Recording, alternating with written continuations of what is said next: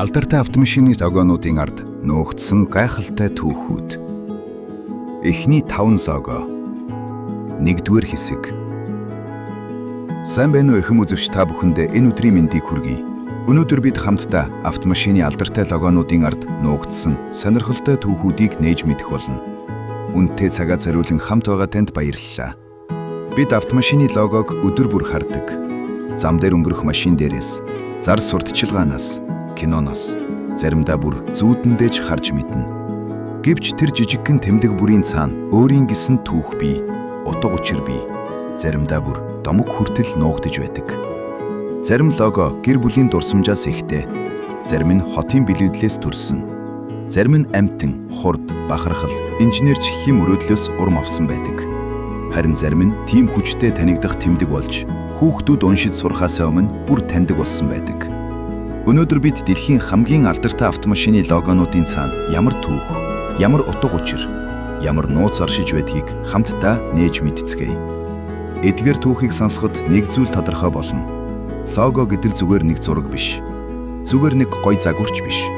Харин энэ бол тухайн брендийн таних тэмдэг, хүсэл мөрөөдөл, дурсамж. Заримдаа бүр үе дамжин яригдах домог юм. Ингээд аяхаа эхэлцгээе. Бидний эхний лого бол дэлхийд дахинд хамгийн амархан танигддаг бэлэг тэмдгүүдийн нэг. Mercedes-Benz. Тойрог доторх 3 үзүүртэй од. Энгийн мэт харагдавч энэ тэмдэг маш хүчтэй утга агуулдаг. Одны 3 үзүүр нь газар, ус, агаарын тээврийн салбарт тэргүүлэх гэсэн Mercedes-Benz-ийн том мөрөөдлийг илэрхийлдэг. Автомашины инженерчлэл дөнгөж хөгжиж байсан тэр үед компаниуд зөвхөн машин бүтээх тухай бодож байгаагүй. Тэд усан онгоцны хөдөлгүүр, нисэх онгоцны хөдөлгүүр, мөн төрөл бүрийн техник хэрэгсэлд зориулсан хөдөлгүүр бүтээхийг зорж байлаа. Энэ одны түүх 1900-аад оны ихэнх үеэс эхлэхтэй. Автомашины анхдагчдын нэг Готлиб Даймлер нэгэн удаа ил захидал дээр өөрийн байшинг одоор тэмдэглэсэн гэдэг. Хожим түүний хөвгүүд тэр одыг санджээ. Тэгээд түүнийг гэр бүлийн инженерчлэлийн хүсэл тэмүүлэлтэй холбон тайлбарлсан байна. 1909 онд Даймлер моторн Gesellschaft уран үзүүртэй одыг барааны тэмдэг болгон бүртгүүлжээ. Харин хожим Даймлер болон Benz нэгдснээр энэ тэмдэг Mercedes-Benz-ийн нүүр царай болсон юм. Өнөөдөр энэ од тансаг байдал, чанар, инженерчлэлийн төгс шийдлийг илэрхийлдэг. Сонирхолтой нь энэ лого машин харуулдаггүй, хурдыгч шууд дүрсэлдэггүй. Харин нэг л зүйлийг маш тод хэлдэг. Том хүсэл тэмүүлэл.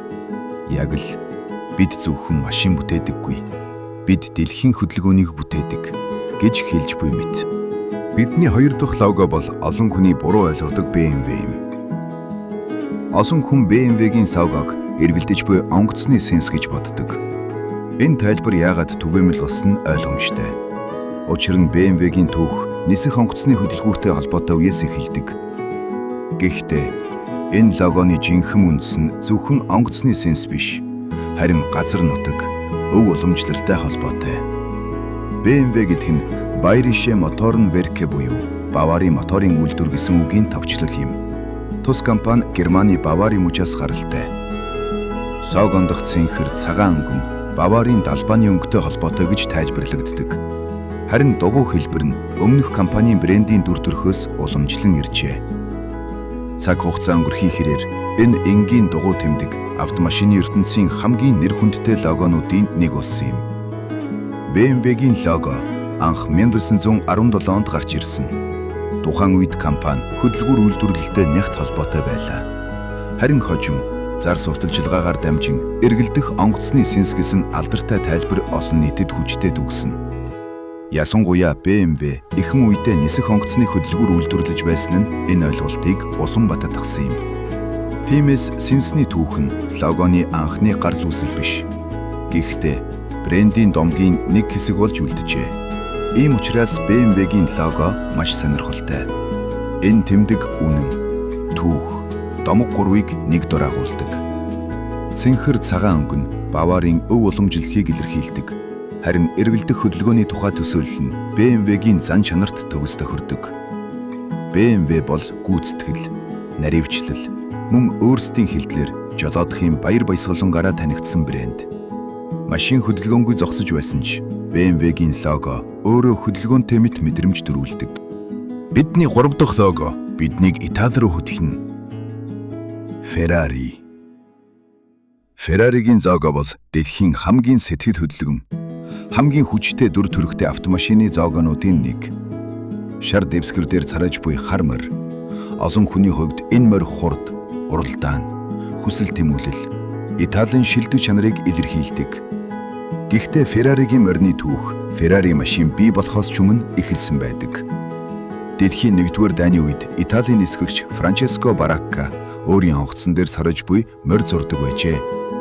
Тэрээр хожим Италийн үндэсний баатар болсон юм. Харин олон жилийн дараа Энцо Феррари Бараккагийн эцэг эхтэй уулзсан байна. Авдартай түүхээр бол Бараккагийн ээж түүнд энэ морийг уралдааны машин дээр ашиглахыг санал болгожээ. Тэгээд энэ морь танд аз авчирна гэж хэлсэн гэдэг. Энцо Феррари энэ санааг хүлээн авчээ. Тэр хар морийг хിവэр нь үлдээсэн. Харин түүнийг шар өнгийн бамбай дээр байрлуулсан байна.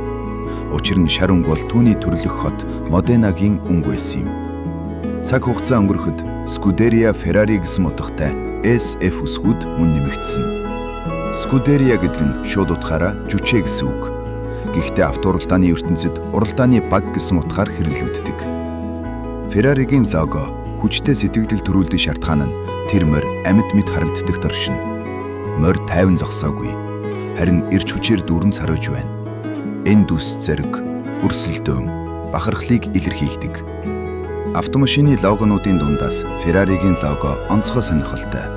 Учир нь энэ тэмдэг нисхийн түүх, дайны түүх, уралдааны уламжлал, мөн нэг хүний хувь тавиланг нэг дор холбож өгдөг. Бидний 4 дахь лого бол Италийн бас нэгэн томог. Lamborghini. Бидний хэл саншснаар Lamborghini-гийн лого артан бухыг дүрсэлдэг. Энэ бүх хүчтэй, өөртөө итгэлтэй, яг л дайрахад бэлэн мэт харагддаг. Тийм ч учраас энэ тэмдэг Lamborghini автомашины зан чанарт төвс тохирдог. Зоримог, дуу чимээтэй, хүчирхэг, драматик. Lamborghini компанийг Ferruccio Lamborghini 1963 онд байгуулжээ. Спорт машин бүтээхээс өмнө тэрээр тракторын бизнест амжилттай ажиллаж байсан. Ferruccio инженерчлэлд дуртай хүн байв. Мөн тансаг автомашиныг ихэд сонирхдог байжээ. Гэвч тухайн үеийн зарим спорт машины чанар, хийцэд, сэтгэл хангалуун бус байсан тул эцэст нь өөрийн гэсэн спорт машин бүтээхээр шийдсэн бидэг. Бухны тэмдэг нь Ferruccio Lamborghiniтэй хувь хүний төвшөнд холбоотой. Тэр үхрийн ордонд төрсөн. Мөн Испани бухын тулаанд ихээхэн сонирхолтой байжээ. Хожим Lamborghini-гийн олон загвар алдартай тулааны бух, эсвэл бухын тулаантай холбоотой нэр томьёогоор нэрлэгдсэн. Тухайлбал Miura, Murcielago, Aventador. Энэ логог сонирхолтой болгодог зүйл нь бараг их нэгэн сорилт мэт мэдрэмж төрүүлдэг торшин. Ferrari морьтой, харин Lamborghini бухтай. Морь хурд, уралдааны эрч хүчийг илэрхийлдэг. Харин бух илүү хүнд, илүү түрэмгий, илүү эсэргүүцэгч дүр төрхтэй. Энэ тэмдэг Lamborghini нам хүн даруй байхыг хүсдэггүй гэдгийг дэлхийд хэлж буй мэт. Тэр анхаарал татахыг хүсдэг, хүч чадлыг мэдрүүлэхийг хүсдэг. Хамгийн гол нь мартагдашгүй байхыг хүсдэг. Бидний 5 дахь лого бол загварын хувьд огт өөр өнгө аястай. Toyota. Анх харахад Toyota-гийн лого 3 энгийн 100 дүрс мэт харагддаг. Гэхдээ энэ энгийн хэлбэрийн цаана гүн утга нөөгдөж байдаг. Одоогийн Toyota-гийн лого 1989 онд компанийн 50 жилийн ан үеэр танилцуулагджээ. Дотор байрлах 200 нь хэрэглэгчийн зүрх сэтгэл болон компани зүрх сэтгэлийг илэрхийлдэг. Тэдгээр нь хоорондоо давхарлан огтлолцож, итгэлцэл, харилцан холбоог бэлэгддэг. Харин гаднах том 100 нь Toyota-г тэвэрч буй дэлхийн ертөнцийг илэрхийлдэг байна. Мөн энэ логонд нэг ухаалаг дизайны нууц бий. Toyota гэдэг үгийн үсгүүдийг логогийн хэлбэрүүд дотроос олж харж болдог. Иймээс энэ лого энгийн харагдагч, маш бодлоготой, маш ухаалаг загвартай юм. Toyota-гийн түүх үүнээс чирт. Toyota гэр бүтээс эхэлдэг. Анх гэр бүлийн нэр нь Toyota байсан. Гэвч компани хожим Toyota нэрийг ашиглах болжээ. Учир нь Toyota гэдэг нэр олон улсад дуудахад илүү хялбар. мөн Япон мичигт илүү цэвэрхэн, тэнцвэртэй харагддаг гэж үзсэн байна. Цаг хугацаа өнгөрөхийн хэрээр Toyota зөвхөн автомашинаараа бус найдвартай байдал, үр ашиг, тасралтгүй сайжруулалтаараа дэлхийд танигдсан брэнд болсон юм. Toyota-гийн лого сонирхолтой нь түрэмгий харагдах гэж оролддоггүй. Мөн хэд тансаг харагдахыг ч хичээдэггүй. Энэ лого холбоо, итгэлцэл, дэлхийд даяарх оршихуйг илэрхийлдэг. Ferrari-гийн царайж буй морь. Lamborghini-гийн артан бухтай харьцуулахад Toyota-гийн лого нам гүн мэт. Гэвч тэр нам гүн байдг нь брендийн мөн чанартай яг тохирдог. Toyota зөвхөн догтлол зардаггүй. Toyota найдвартай байдлыг санал болгодог. Эдгээр 5 логог хамтд нь харахад бид 5 өөр санаа, 5 өөр зан чанарыг олж харна. Mercedes-Benz бидэнд 3 үзүүртэй одыг харуулдаг. Газар, ус, агаарыг хамарсан том хүсэл тэмүүлэл. BMW бидэнд цэнхэр, цагаан өв уламжлалыг харуулдаг. Бавар, инженерчлэл, хөдөлгөөний домог. Ferrari бидэнд царайж буй морийг харуулдаг.